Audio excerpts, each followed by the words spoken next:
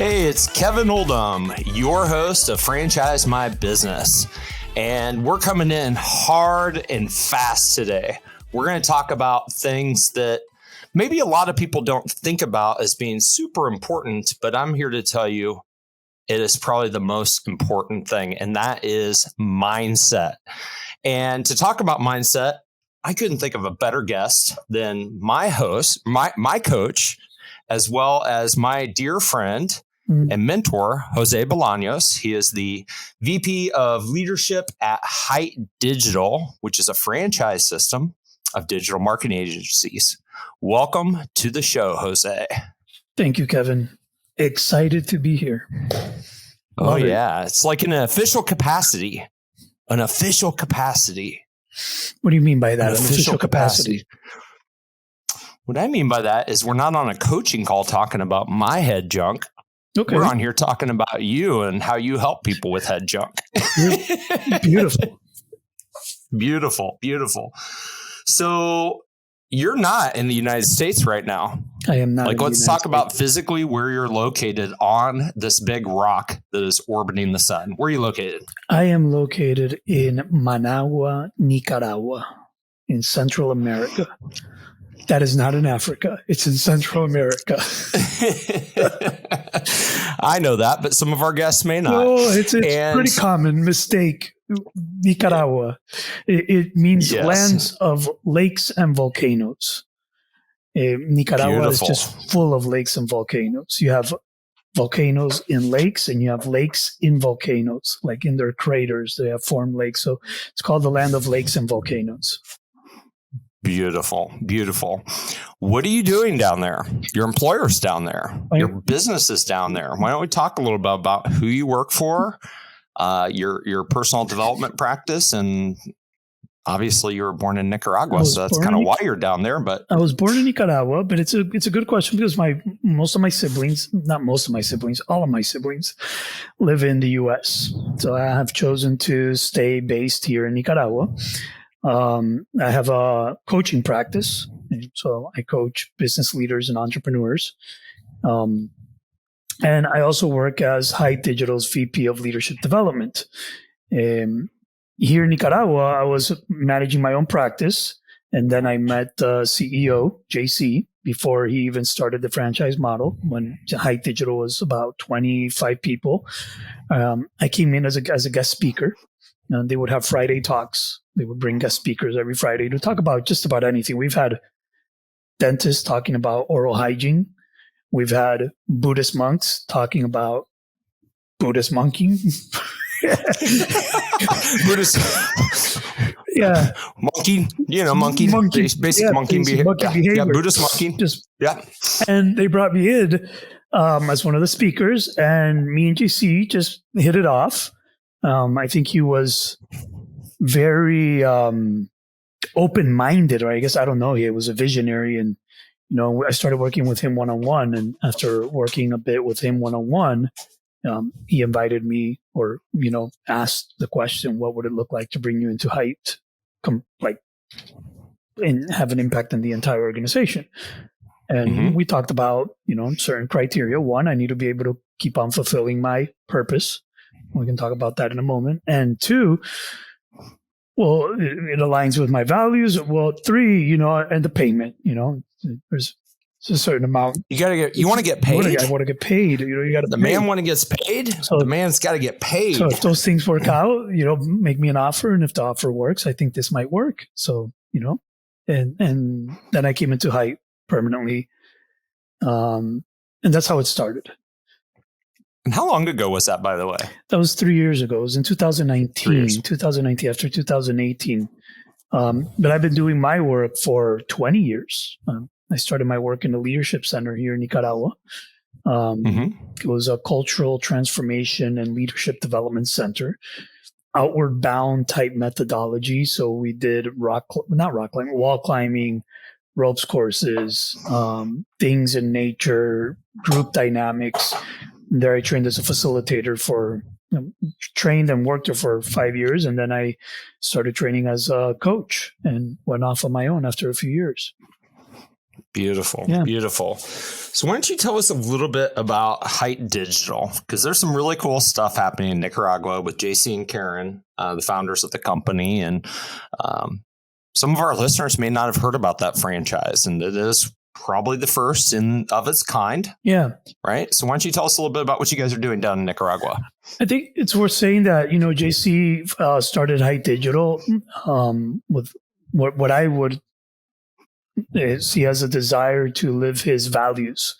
So where he was before, and he wasn't fully living his values. So I think that's very important, that Hite Digital is a values-based organization. And so it wasn't, let's start a business and then figure out the values. It's like, we have these values, let's figure out the business. That's awesome. Yeah. So Karen and him, this was before I met him, they went off and started the company.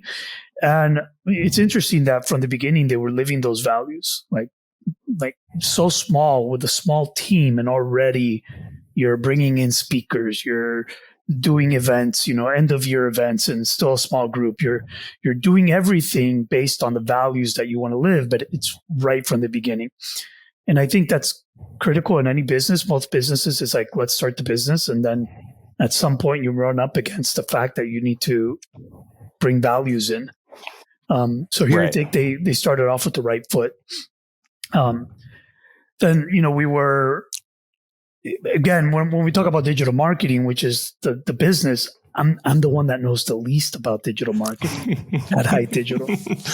So, and that's what I love about you, man. It's like, it's awesome. Yeah, I'm there. I really, and sometimes I don't have the headspace to understand the entire business. I think, and I do understand a lot. I think most people don't realize how much I actually understand, but I actually don't talk about. But anyways, they started white labeling, and they had their partners in the U.S., the clients in the U.S., and we're serving the clients from Nicaragua as our headquarter.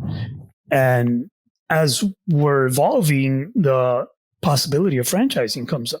Like we could actually do this franchise model, and we started that about a little over a year ago. We started incorporating, maybe 2 years now, the first franchises, and started as an emerging franchise model, and all the complexities and challenges that brings. But it's been a fascinating journey for me as a leadership coach, and as supporting entrepreneurs. I think it's been very enriching to my practice. It's definitely been. There are a couple of things that I feel have been enriching to my practice, Kevin. One is the fact that I am in Nicaragua, and Nicaragua is a very crisis prone country. So in 2018, we had an uprising, and my work has been forged in crisis. Like my work as a coach has been tried in crisis. I have worked with business leaders. I have worked with activists. I have worked with political prisoners. I have worked with big companies trying to make it in a crisis driven country. And then we have this multicultural Hite Digital. For me, Hite Digital came in as an island of sanity, as a sanctuary in this crisis. Like it was a blessing to me. It was a blessing to find Hite Digital and to come on as the VP of Leadership Development. But then you get into this mix of now you're not only in this crisis driven country, now you're in this multicultural organization where you have the headquarters in Nicaragua, the franchisees in the US, the clients in the US, and it just starts becoming, wow, this is significantly complex. Sounds like a lot of potential for VUCA. Yeah, for VUCA. I just dropped a term that most listeners aren't going to know about. Yeah, VUCA. But let's dive into what it is. Yeah, and why it's important, and why it's one of the most important tools that you've put in my tool belt as one of your students as well. So selfishly, like, I'm benefiting from this conversation right now, because every time I talk to Jose about VUCA, about complexity, about how to manage it in the business world, I get smarter. So let's go talk about complexity management what VUCA is and how you arm entrepreneurs to face a world that is full of stuff. Yeah. So my work focuses on three key things. One is meaning and purpose.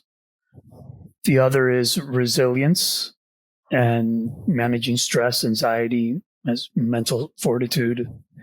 And the other is complexity management. And I help my clients navigate complex challenges in their life, in their personal life and professional life. So it's not just all about business. And managing complex challenges, what we do there is we introduce what I call sense-making frameworks. We got to make sense of it. We got to make sense of complexity. And complexity can be whatever life throws at you. And it's not only complexity. So we use the term VUCA, whatever life throws at you, anything that can happen, we got to give it a name. And if we can name it, we can tame it.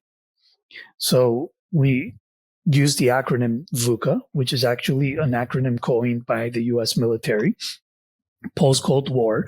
So it's not something that I came up with. It's just something that when I stumbled upon it, when it was introduced to me, it was like, wow, this makes sense. Like totally VUCA. So it's an acronym that stands for volatility, uncertainty, complexity, and ambiguity. So we live in a VUCA world. We navigate a VUCA context. Entrepreneurship is VUCA, global context, life, if you have children, whatever, there is VUCA. There's volatility, uncertainty, complexity, and ambiguity. And there's a usefulness to using this acronym because when life throws stuff at us from all sides, right? Something going on with my children, something going on with my spouse, something going on with my business, my clients, my workers, this, that, and then I get sick, like something happens with my body. When it's coming at you from all over the place, it's hard to handle. You will get overwhelmed quicker. But if you can give it a name, then it helps you concentrate everything into one place. It kind of seems more manageable. If you can name it, you can tame it. So one thing I want to say there is that VUCA isn't exclusive to everything that life can throw at us. There's still more. There's entropy. There's time constraint. There's scarcity. There's tragedy. Sadly to say, some of us go through tragedies. But VUCA gives us something to focus everything. So now I know that everything life throws at me is called VUCA. I have a name for it. I can name it. Now I can prepare myself for it. So we start by naming it. Okay. That's beautiful. Yeah. That's beautiful. Yeah. It's been a powerful concept for me as well. It's like, hey, once I can put a label on this stuff, I can start to figure out how to navigate it. Yeah. Right. But pardon me, without having some like a label, it's like, hey, I'm in a bad mood and here's, I think this is why, right? Or whatever. But once you can put a label on it and kind of put it in a box and figure out, okay, what do I do with this thing? Right. It makes it a little bit easier. So that's one of your important tools. Let's talk about purpose. Yeah. Purpose. So huge. It is, to me, infinite purpose. This is actually taking a step back because, the world is volatile, uncertain, complex, and ambiguous. Life is chaotic. Life is difficult. There's adversity. But if there's purpose, then what's the meaning of all this? Like, exactly. There is VUCA. That's not going anywhere. So what's the meaning of it? And so when we talk about purpose, I start by inviting people to recognize, and this is what I truly believe, is that we are on an infinite journey. This is my own philosophical understanding of existence for myself. And I truly believe this is an infinite journey. I believe it's a journey of the soul. We're going to go deep here, Kevin. You ready for this? I'm ready to go deep, man. Let's go. I wouldn't have it any other way with you. Okay. I mean, we never just go shallow. Okay. So let's go deep. Let's take the listeners deep. Yeah. So we're on an infinite journey. It's a journey of the soul. It's a journey that started before we were born. It's not going to end after we die. It keeps on going. And the goal of this journey is to the growth of our soul, which is who we actually are. I'm talking about the soul like that's not who I am, but it's actually, I am this soul. This is like, it's my growth, my evolution. So I believe that each soul has a calling, it has a purpose. And it's what I call, and it's by fulfilling on this purpose, by trying, by responding to this purpose, is that we grow the soul. And so I call that the infinite purpose. The infinite purpose is the longing of the soul. It's what the soul wants to pursue so that it can grow. Does this make sense? It makes a ton of sense. Okay, beautiful. It makes a ton of sense. Okay, let me know if I lost you. Like, what are you talking about? Like, where?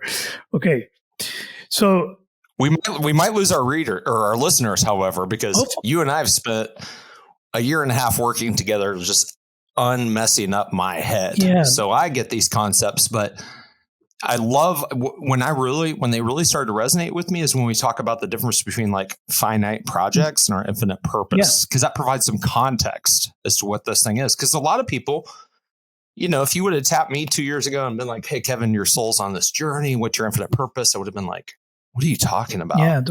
But now when you relate it to the finite, then it really starts to have some meaning. So let's talk about the context between the two. Okay.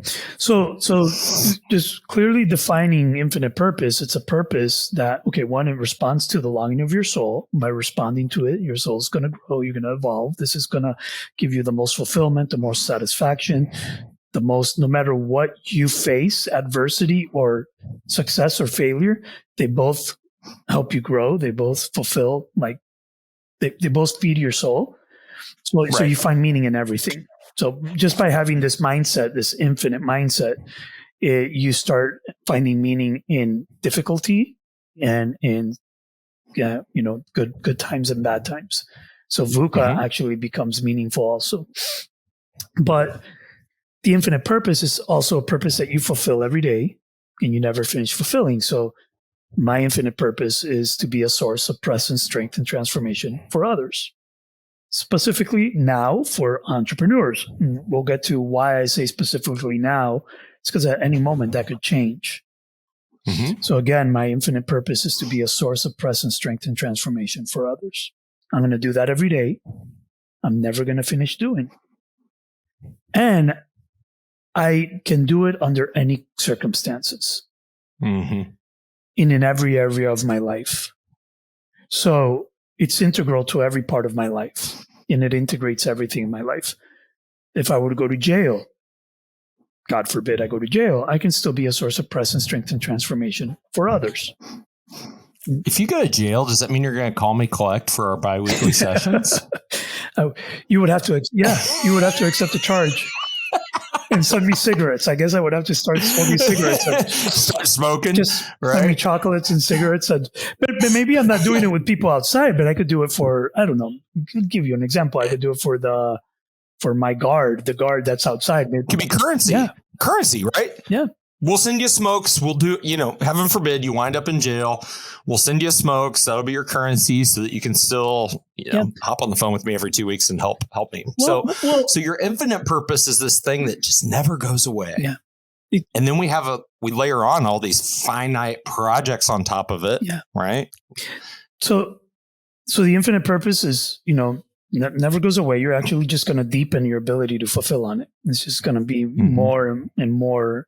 Yeah, and that's what's going to give you a lot of value as a professional. But then the finite project, so the infinite purpose is you fulfill it all the time, never finish fulfilling it. You fulfill it under any circumstances, whether you're in crisis or in COVID or in pandemic. All you have to do is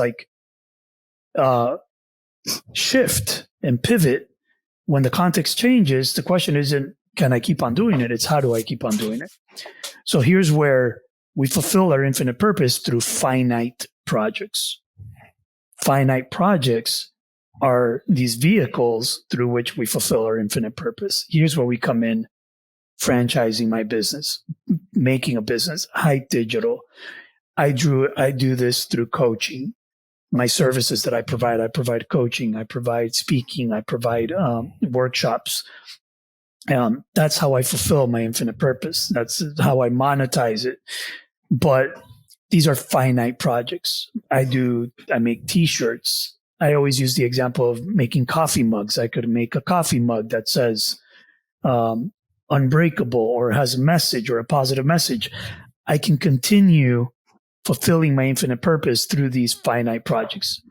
This is what we bring into the world.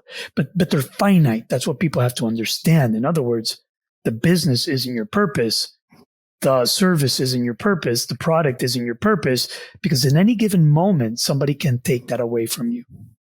If you have built your identity, your purpose around being a Twitter influencer, right now you're seeing it pretty sketchy. Like, yeah, for sure. Yeah. And if you built everything around that, that can be taken away from you in any moment. Or on Facebook or on Instagram, or if you put all your eggs into that finite project and said, this is my purpose, or a soccer player or a sports player, even being a parent like that, you can lose that. Even being a parent is actually a finite project. I know. So when we place our purpose on the finite project, we're placing our purpose in the wrong place. We're focusing on a finite mindset. I don't know if this is making sense, but you're focusing on the finite. That can be taken away from you in any moment. And when it is, you're going to have a crisis of, what do I do now? Right. But if you have this core infinite purpose, this core commitment to, like yours, can we share yours? I'd love it. Yeah. Being the filament in the lives of the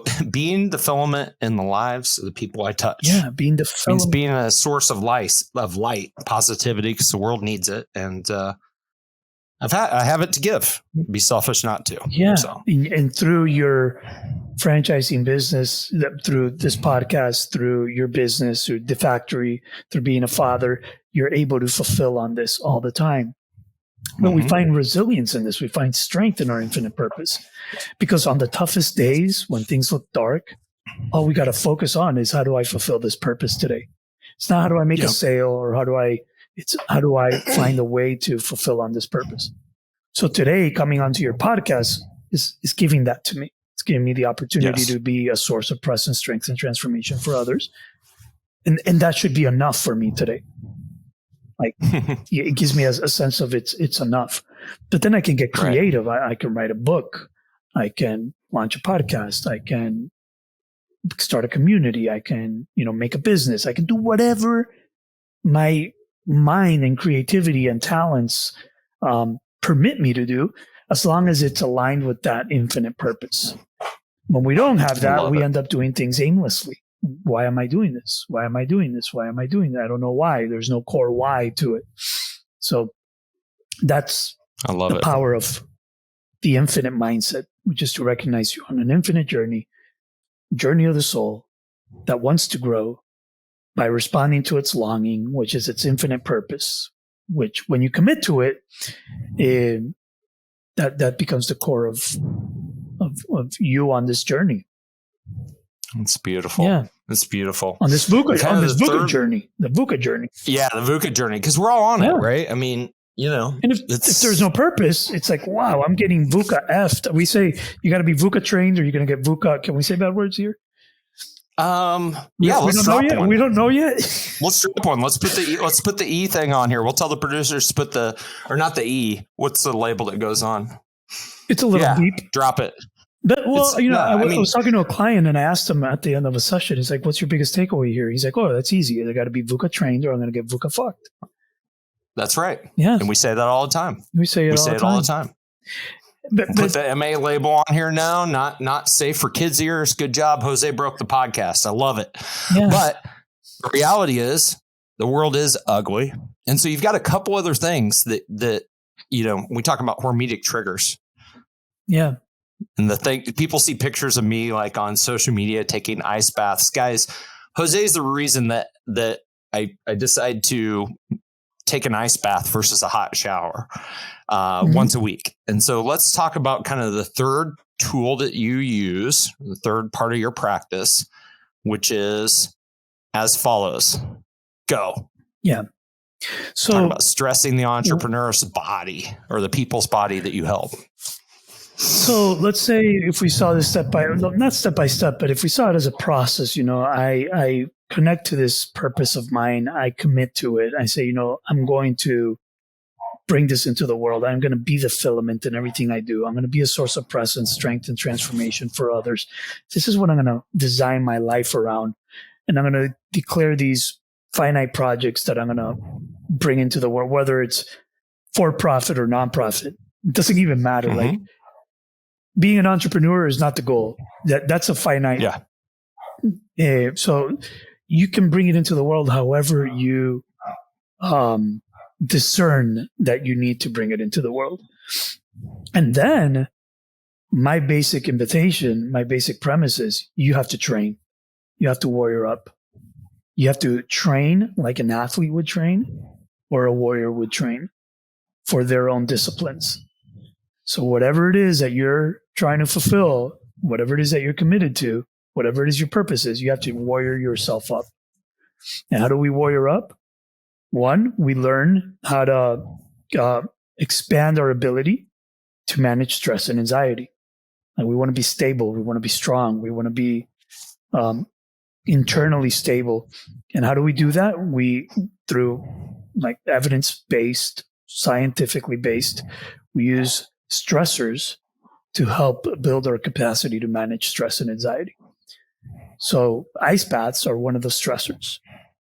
Mm-hmm. We call them hormetic triggers. Hormesis is a phenomenon by which you expose yourself to a stressor and it provokes a positive adaptation. In a certain dose, there's a minimum effective dose. There's a minimum effective dose that I expose myself to a stressor and it will provoke a positive adaptation. That positive adaptation will impact my mind. It'll make my mind stronger.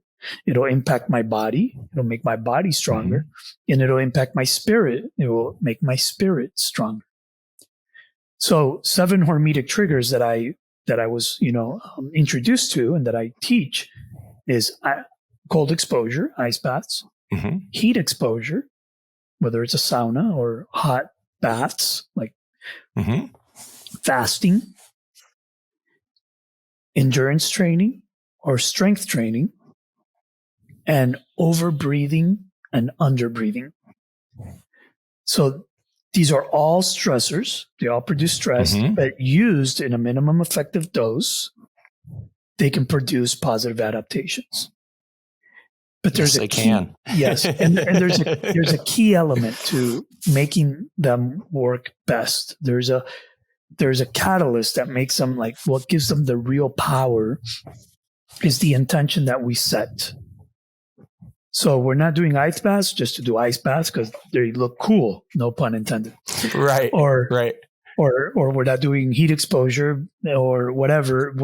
We have an intention, so it's connected back to our infinite purpose. We have this purpose.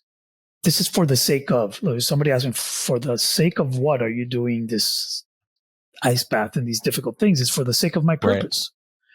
Right. It's making me stronger. It's making me more resilient. It's making me more stable. I'm honing in my ability to fulfill on my purpose. So we use these hormetic triggers, these stressors, to strengthen ourselves.